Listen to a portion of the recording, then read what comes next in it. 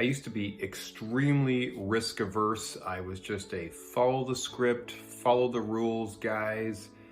And then all of a sudden something happened in my life and all that changed. Feels like almost overnight I became an entrepreneur. So here's what happened.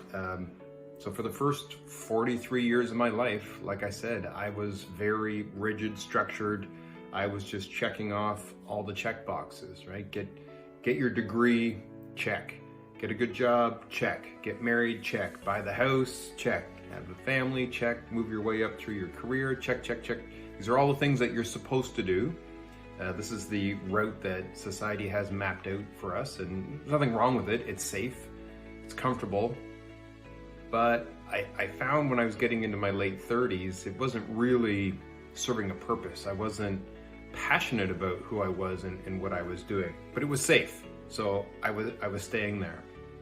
And then, for the first time in my life ever, at the age of 43, I was laid off.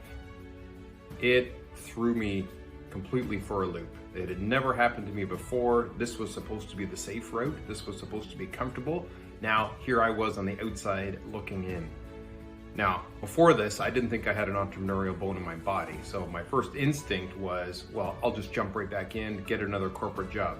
With my layoff, I got a nice severance package. So if I can turn around and get another job quickly, great. I don't have to burn through that severance package, and I'll be able to invest it. I'll be right back into the safe route. But about a week or two into my layoff, the wheels started turning. Hey, what if I bet on myself? I always was a bit envious in my corporate career. I was always in, a senior management position, at least for the last 15 years or so of my corporate career. But I was envious of the consultants that we would bring in.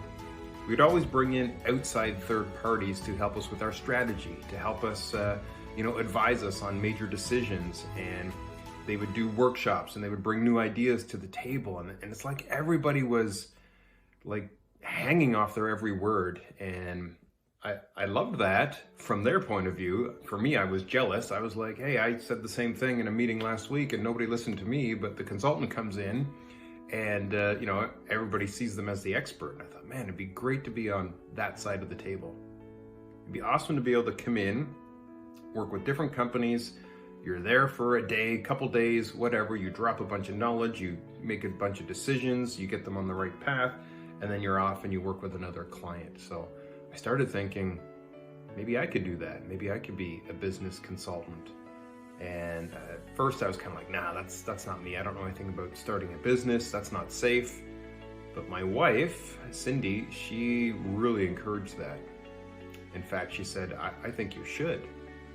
And I think you would be really good at it. And then she said this to me, and this is what really put me over the top. She just said, Dennis, you know what? You're 43. You've got a severance package. She had a good job at the time. You've got all kinds of experience. You've built a good reputation. I want you to take a full year and bet on yourself. I don't care how it goes.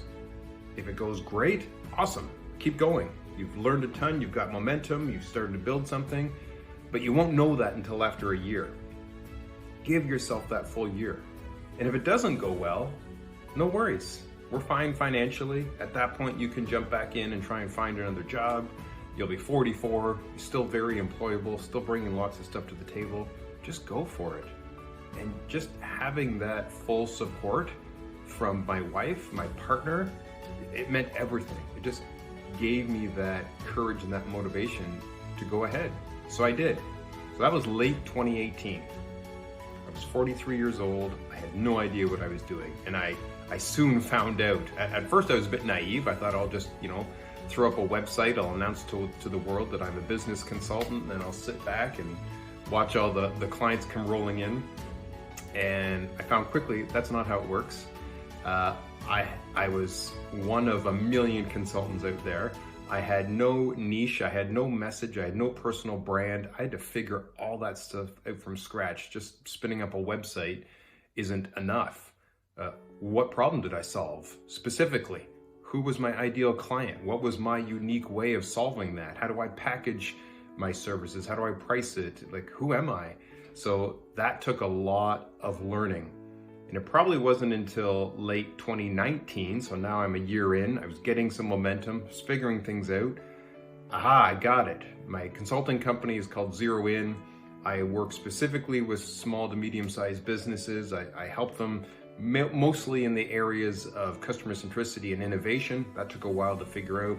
Here's my way of helping them. Everything was humming along.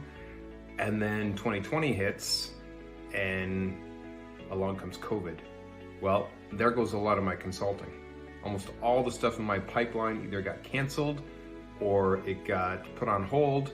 And I thought, oh man, here we go again. Then along comes my wife again and says, what are you talking about? You've now been given this great, gift again of time. I just made a whole bunch of money through consulting because I had figured things out. So again, I had another cushion.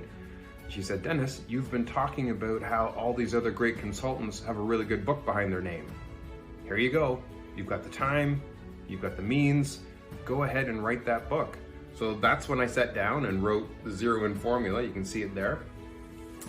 This was me putting everything that I was now doing with my clients into a book.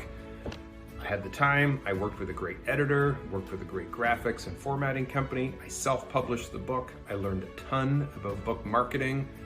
And when it came out, I was all over all these different podcasts. I was on as a guest, there was articles written about the book. So you can imagine, COVID's starting to lift now, well, my business takes off. This was not planned. I did not plan to get laid off, obviously, but I also never planned to become a best-selling author and have this successful management consulting company. It was a complete accident. But then a new accident came along. People were really starting to take notice. I was journaling my journey on LinkedIn this whole time. Here's what I'm learning, here's what's working, here's what's not working. And that was creating this brand for me of somebody who is betting on himself, learning how to be a management consultant and grow this company, learning how to write and publish and market a good book. Suddenly I had a lot of people knocking on my door saying, hey, I want to do what you're doing. I want to bet on myself. I want to be a one-person consulting company. I want to write a good business book. Can I pick your brain for a minute? And I said yes to a ton of people. I was so thankful for a lot of people that allowed me to pick their brain along the journey. I had tons of mentors, so I thought, well, here's my chance to sit in the mentor's chair and help other people.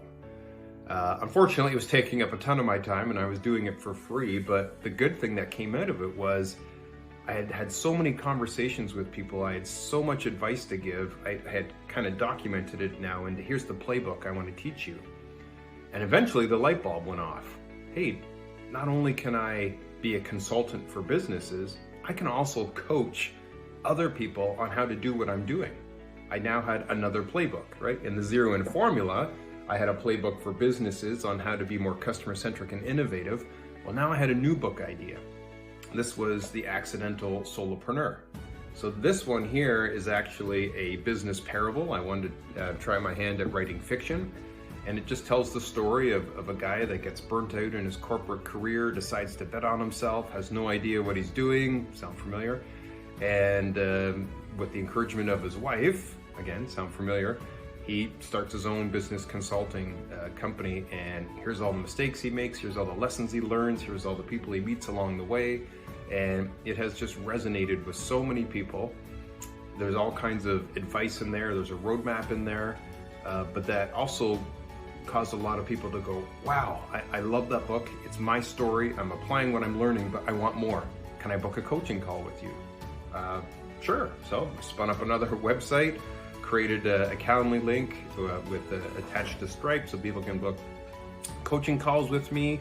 That became very busy. I thought, man, how do I take that and bottle it so I don't have to be always trading my time for money? Well, along comes an online course called the Solopreneur Playbook, where I take everything I'm learning, I put that into the course. Now if somebody wants to have a lower cost version of working with me, they can buy the course. That's now passive income for me. Wow, this is working out great.